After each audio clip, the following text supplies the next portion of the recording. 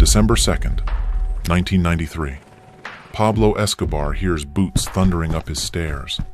The man who murdered 4,000 people, bombed an airliner with 110 passengers, and offered to pay Colombia's entire $10 billion national debt is about to die barefoot on a stranger's roof. 3 death squads are converging on his location. CIA satellites track his heat signature. His last bodyguard just took 3 bullets to the skull. 14 minutes ago, Pablo made the mistake that killed him. He answered his son's phone call. His security protocol demanded 30 seconds maximum. At 2 minutes, search block locked his signal. At 5 minutes, they triangulated his neighborhood. At 14 minutes and 23 seconds, they had his exact address. Here's what changes everything. Someone inside Pablo's organization told his hunters exactly when he'd break protocol for his son. They knew Pablo couldn't hang up on a crying child. They knew which phone he'd answer. They knew he'd die protecting the only thing that still mattered. The 7th richest man in history, killed by love for his family. Who sold Pablo's location from inside? And why did his own sicarios want him dead? Before Pablo Escobar became the nightmare keeping presidents awake, he discovered something in a Medellin cemetery that would determine everything. Dead people are worth more than living ones. 14-year-old Pablo, standing among tombstones at 2 a.m. with a crowbar, did the math. 1 stolen headstone, names sandblasted off, resold for 5,000 pesos, around $500 from today. 3 nights of grave robbing earned more than his father made in 6 months. But Pablo noticed something disturbing. The cemetery guard, supposedly there to stop thieves like him, was actually selling him information about fresh burials, which meant one thing: the entire system was already criminal. Pablo just wasn't getting his cut yet. The moment that created the future drug lord happened, May 14th, 1974. 16-year-old Pablo, caught stealing a Renault 4, sits in a Medellin police station facing 5 years in prison. Officer Luis Fernando Gomez walks in, closes the door, and says 7 words that change history. "I know who your real father is." Pablo's face goes white. The secret Gomez threatens to reveal would destroy Pablo's family. So Pablo makes his first real deal. 50,000 pesos cash, plus 1,000 pesos monthly for life. Gomez accepts, but here's what changes everything. Pablo records the negotiation on a tape recorder hidden in his jacket. From that moment forward, Officer Gomez doesn't just work for Pablo, he belongs to him. Within 6 months, Pablo owns 14 Medellin police officers through similar blackmail.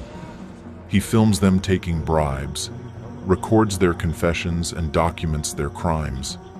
By age 20, he's not paying protection money, he's collecting it. Cops tip him off about raids, judges warn him about warrants, and prison guards smuggle messages. The teenage cemetery thief has discovered the ultimate business model. Don't avoid the law, buy it.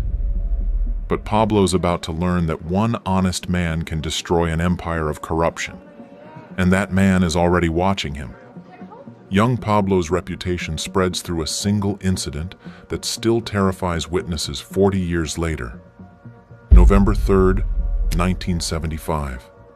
Local trafficker Diego "The Beard" Montoya kidnaps Pablo's cousin Gustavo, demanding 3 million pesos ransom. Pablo doesn't negotiate. He doesn't even call the police.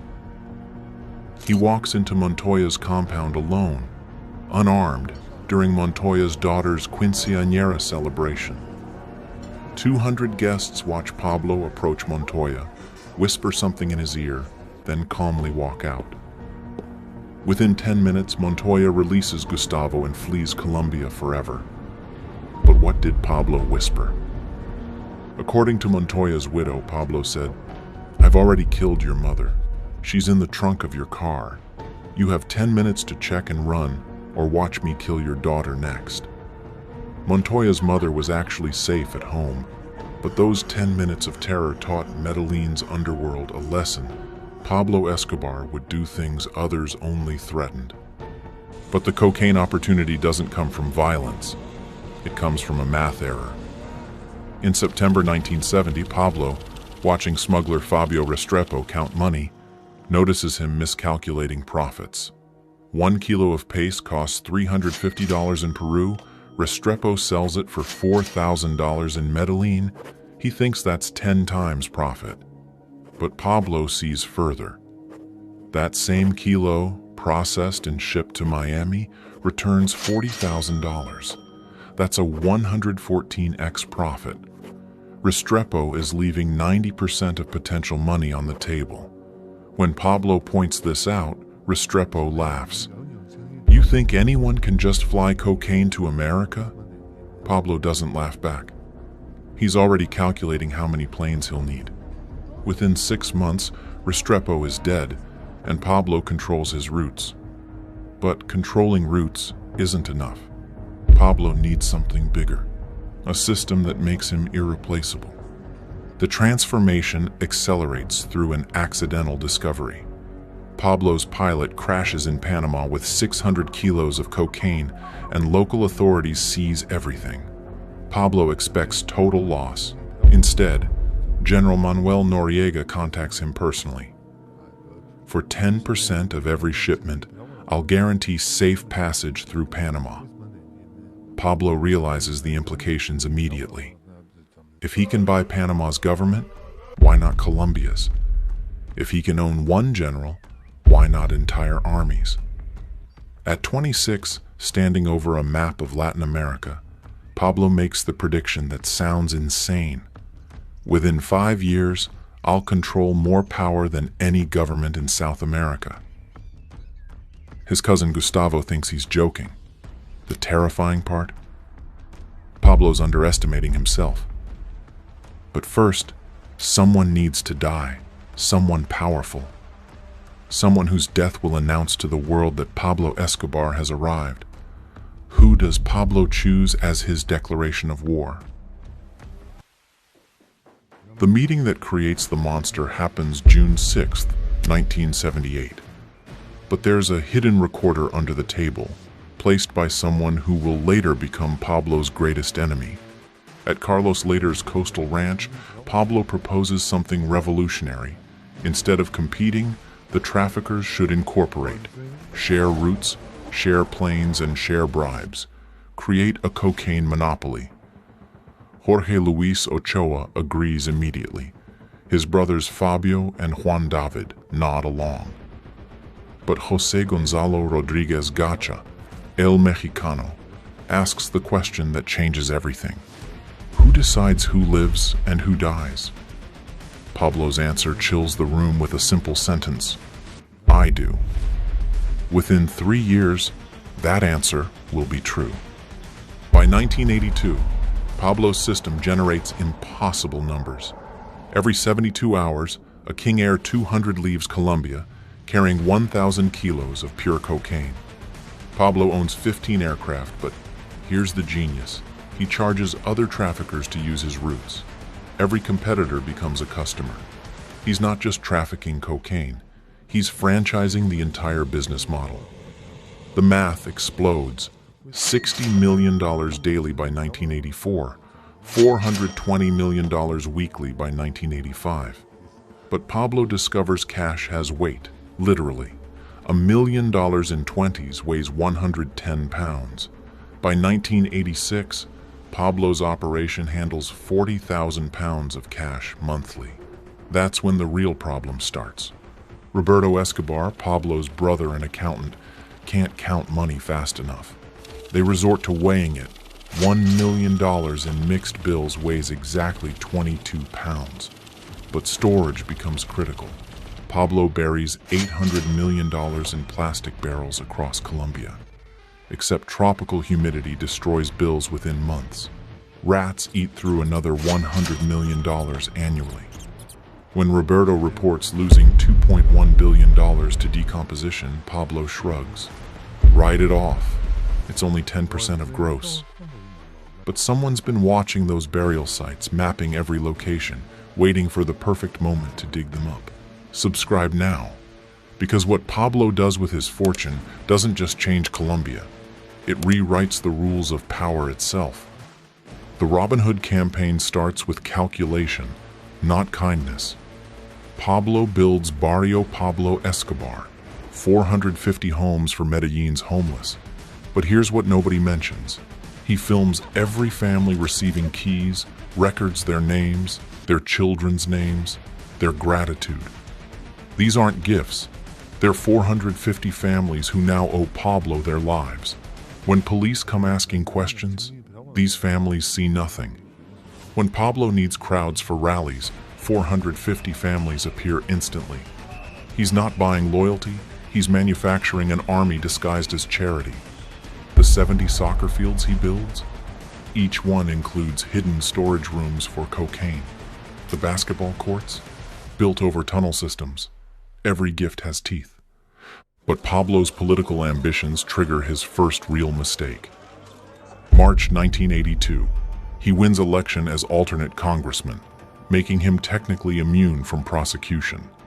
He attends one session of Congress, sits in the back row and says nothing. But Justice Minister Rodrigo Lara Bonilla notices something odd. Pablo's tax returns claim he earns money from bicycle rental shops, yet he arrived in a helicopter. Lara investigates, and on August 16, 1983, Lara stands before Congress holding Pablo's 1976 arrest record for drug trafficking. In 30 seconds, Pablo goes from congressman to criminal. The humiliation burns worse than any bullet would. Pablo offers Lara $5 million to retract his accusations, but Lara refuses. Pablo increases to $10 million, but Lara still refuses. On April 30th, 1984, sicarios spray Lara's Mercedes with machine gun fire. 7 bullets tear through the minister. Within 72 hours, DEA agents land in Bogota with a secret weapon Pablo can't buy, can't threaten, can't kill. Satellite surveillance that can read license plates from space. But Pablo has his own secret weapon, and it's about to turn Colombia into a war zone. What order does Pablo give that makes hardened killers vomit? Why do his own sicarios start refusing certain jobs? And who is the mysterious doctor who teaches Pablo how to build bombs that kill everyone except the intended target? November 27th, 1989. 5 minutes before Avianca Flight 203 explodes, a passenger calls his wife. Something's wrong. 2 men just ran off the plane claiming mechanical problems, but the crew says everything's fine.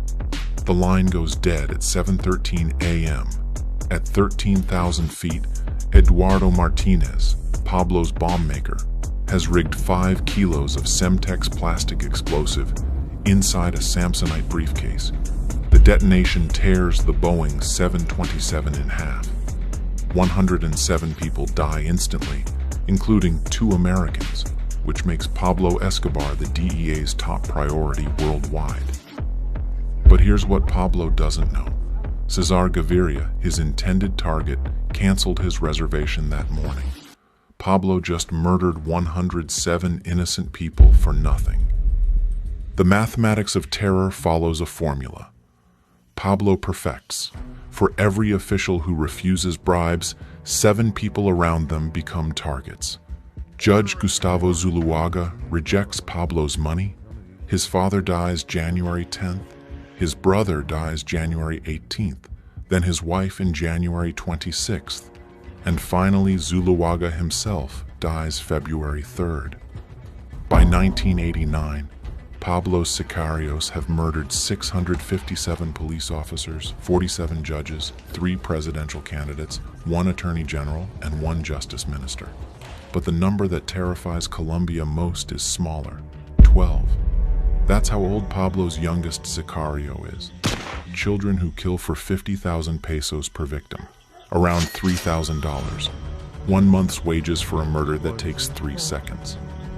But Pablo's most terrifying weapon isn't violence, it's precision. He maintains files on every government official, their routines, their mistresses, their children's schools, their mother's medical conditions. Prosecutor Monica Delgado discovers Pablo knows she visits her father's grave every Sunday at 3 p.m. She finds fresh flowers there with a note. These could have been for you. General Miguel Maza's daughter receives birthday presents from Pablo for 3 years, each gift more expensive than the last. The message is clear. I know everything about you. I can reach anyone you love, and I'm patient enough to wait years for revenge. The Palace of Justice Siege. November 6, 1985, reveals Pablo's true capacity for horror. He pays M-19 guerrillas $2 million to storm Colombia's Supreme Court, specifically targeting judges reviewing extradition cases. But the real plan is darker. As military forces surround the building, Pablo's sicarios set fires on upper floors, forcing hostages to choose between burning or jumping. 11 Supreme Court justices die, but not from guerrilla bullets or army crossfire. They burn alive while Pablo listens on radio frequencies, counting each scream. The terror campaign peaks with a psychological operation that breaks Colombia's spirit. Pablo announces, "The lottery of death." Every Friday, he'll randomly kill 10 police officers in different cities. By week 6, police refuse to wear uniforms. By week 10, entire precincts call in sick. The government begs for negotiations, and Pablo agrees, but with one condition that changes everything. He wants to build his own prison. Not visit one, not choose one. Design and construct one from scratch. What the government doesn't know is that Pablo has already picked the location, already drawn the blueprints, and already knows which guards he'll hire. He's not surrendering, he's upgrading. The moment Colombia realizes it's been fooled comes during a live television broadcast. June 14, 1990. Presidential candidate Cesar Gaviria promises to extradite every trafficker to America. One day later, June 15th, Pablo's lawyers deliver a video to news stations. It shows 23 kidnapped journalists chained in a basement. Pablo's voice, disguised but unmistakable, delivers an ultimatum. Colombia has 48 hours to guarantee no extradition, or I execute 2 hostages every day until you comply. The timer starts. Hour 1 passes, hour 12, hour 24. And at hour 36, Congress convenes an emergency session. At hour 47, they vote to ban extradition from the Constitution. Pablo has literally terrorized democracy into surrender. But someone in that congressional session takes notes on every politician who voted yes, building a file that will later destroy Pablo's empire. Who is taking these notes? And why does Pablo's closest ally secretly want him dead? June 19, 1991, the helicopter carrying Pablo Escobar to prison makes an unscheduled stop. Pablo demands the pilot land at a specific coordinate. Colombian officials panic. Is this an escape? Instead, Pablo steps out, kneels on a hillside, and plants a small flag in the soil. "This is where you'll bury me," he tells guards. "Remember this spot." 7 miles away sits La Catedral, Pablo's personally designed prison. But Pablo knows something nobody else does. He's already planned his escape. The tunnel is already dug, the guards are already bribed, and this entire surrender is theater. 10 days into imprisonment, Pablo executes his real plan. He invites Colombia's top traffickers to La Catedral for a peace summit. 22 drug lords arrive, thinking they're negotiating territory. Instead, Pablo presents detailed files on each of them. Their routes, their suppliers, and their bankers. "You now work for me," he announces. "Same business, but I take 30% of gross. Refuse, and these files go to the DEA tomorrow." Nobody refuses. In one afternoon, Pablo transforms from fugitive to CEO of every Colombian trafficking operation. He's making more money in prison than he ever did free. But July 3rd, 1992, Pablo makes the mistake that destroys everything. Two lieutenants, Fernando Galeano and Gerardo Moncada, arrive carrying $20 million in cash, tax payment to Pablo. But Pablo's paranoia has grown malignant. He believes they're shorting him.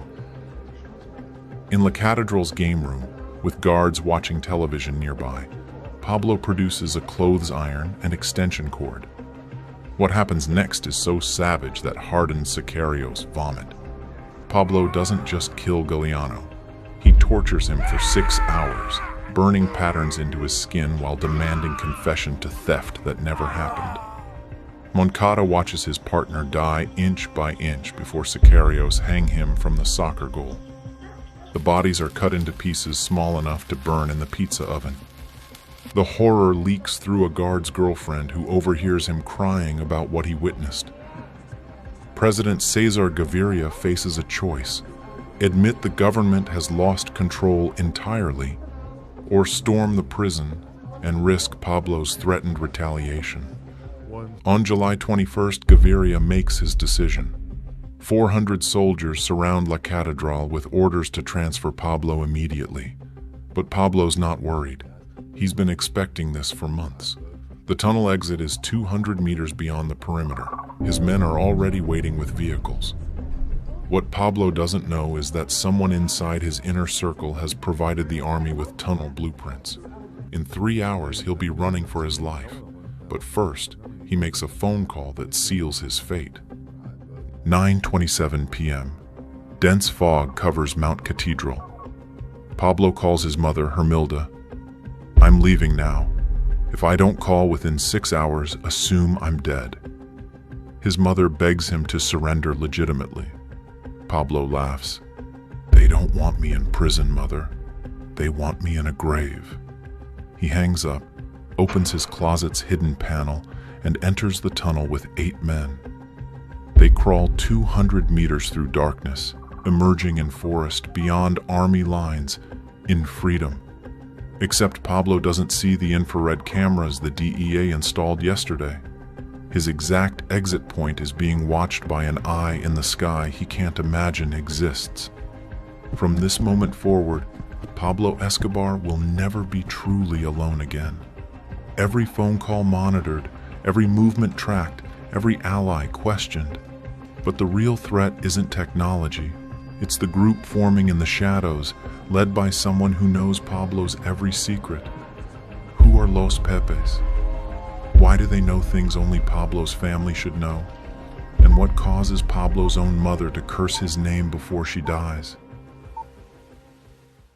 The photo that starts Pablo's destruction was taken at his daughter's 9th birthday party. July 24th, 1992, 2 days after his escape. Pablo, desperate to maintain family traditions, risks visiting Manuela. Hidden photographers capture him hugging her. Within hours, Los Pepes has copies. They don't just study Pablo in the image, they identify every person in the background. Every cousin, every friend, every child at that party becomes a target. The systematic execution begins immediately. Carlos Alzate, Pablo's cousin, dies first. On August 3rd, it's found with his eyes carved out and a message. Pablo watches his family die blind. Maria Gonzalez, who catered the party, is burned alive in her restaurant. Diego Murillo, whose son attended, discovers his child's school uniform on his doorstep filled with bullet holes, a warning that turns him into an informant. Within 6 months, Los Pepes kills 187 people who appeared in birthday party photographs. Pablo's world shrinks from thousands of allies to 5 terrified bodyguards who know they're dead men walking. But here's what terrifies Pablo most. Los Pepes knows things nobody should. They find safe houses he bought under false names. They identify accounts he opened in his mother's maiden name. They intercept messages using codes only his brother Roberto understands. Someone in Pablo's inner circle, someone he trusts completely, is feeding Los Pepis everything. Pablo grows so paranoid, he makes his own men take polygraph tests. He executes 2 bodyguards for failing questions about loyalty. But the traitor keeps transmitting information. The technology hunting Pablo is beyond his comprehension. Centra Spike, the NSA's secret surveillance plane, circles Medellin at 20,000 feet, invisible to radar. It can intercept any radio frequency, decrypt any phone scrambler, pinpoint any electronic emission within 100 meters. Every time Pablo keys a radio, types on a computer, or dials a phone, Centra Spike knows. The DEA feeds coordinates to search block in real time. Pablo thinks he's hiding in Medellin's urban maze. He's actually trapped in an electronic cage that shrinks every time he communicates. November 26th, 1993. Pablo makes the error that begins his final countdown. His son, Juan Pablo, denied refuge by every embassy, calls crying about being trapped in Colombia. Pablo stays on the phone 8 minutes, 7 minutes longer than his security protocol allows. He promises to arrange German visas, swears they'll reunite by Christmas. Centra Spike triangulates the call to a 6-block radius in Los Olivos neighborhood. Search block floods the area. Pablo escapes, but barely. He leaves behind his favorite pistol and a notebook containing his last will and testament. He knows they're closing in. December 1st, Pablo's 44th birthday. He's hiding in a middle-class row house, down to 1 bodyguard, Alvaro Limon Agudelo. No parties, no cake, no visitors. Just Pablo listening to a transistor radio, hearing the government offer $6 million for information leading to his capture. He laughs bitterly. He once spent that much on a single party. Now he can't even call his mother. Government agents surround her house day and night, recording every word. She prays for him, but tells reporters she wishes he'd never been born. December 2nd, 2:48 p.m. Pablo's final mistake. His son calls about reaching Germany. The embassy might accept bribes. Pablo should limit the call to 30 seconds. But Juan Pablo is crying, begging for help. Pablo can't hang up on his terrified child. 1 minute passes, 2 minutes, 5, 10. At 14 minutes and 23 seconds, Centra Spike achieves perfect triangulation, the exact building in the 2nd floor. Colonel Martinez dispatches everything: ground units, helicopters, snipers. Pablo doesn't hear them coming. He's promising Juan Pablo they'll be together by New Year's Eve. 3 p.m. The first breach. Search block storms the front door as Pablo finally hears the danger. He drops the phone. Juan Pablo hears gunfire, screaming, his father shouting, "Limon, the window!" They crash through glass onto the roof. Pablo is barefoot, wearing jeans and a blue shirt. He weighs 240 pounds, can barely run. Limon sprints ahead, firing wildly at helicopters. 3 bullets hit him simultaneously, chest, neck, and head. He drops 12 feet from Pablo. Now Pablo is alone on the tiles, surrounded by riflemen on every adjacent roof. He raises his Sig Sauer, manages 2 shots before bullets tear into his leg and torso. He staggers, still trying to aim. Sergeant Hugo Aguilar, on a roof 40 meters away, centers his Galil rifle's crosshairs on Pablo's head. The fatal shot enters above Pablo's right ear at 3:15 and 47 seconds p.m. The photo, search block posing with Pablo's corpse like hunters with trophy game, reaches Washington before Pablo's family learns he's dead. Colombia's government declares victory. 25,000 mourners attend his funeral while officials celebrate. But within 6 weeks, something becomes clear. Pablo's death changed nothing. The Cali cartel absorbs his roots overnight. Cocaine flow to America increases 30% by 1994. The drug war didn't end, it got worse. and the person who betrayed Pablo. They're still alive, identity protected by both Colombian and U.S. intelligence. Declassified DEA documents reveal it was one of Pablo's most trusted sicarios, someone who knew every safe house, every escape route, every habit. After Pablo murdered Galeano and Moncada in La Catedral, this insider watched other lieutenants disappear and realized he was next. He contacted Los Pepes with an offer: Pablo's head for safe passage and reward money. Every detail Los Pepes knew, every perfectly timed raid, came from someone who sat at Pablo's table. The phone calls Pablo made to his family weren't just tracked by technology. Someone was telling the hunters exactly when he'd be vulnerable, when he'd stay on too long, when his guard would drop. In the end, the person who destroyed Pablo Escobar wasn't an enemy. It was one of his own killers, choosing survival over loyalty.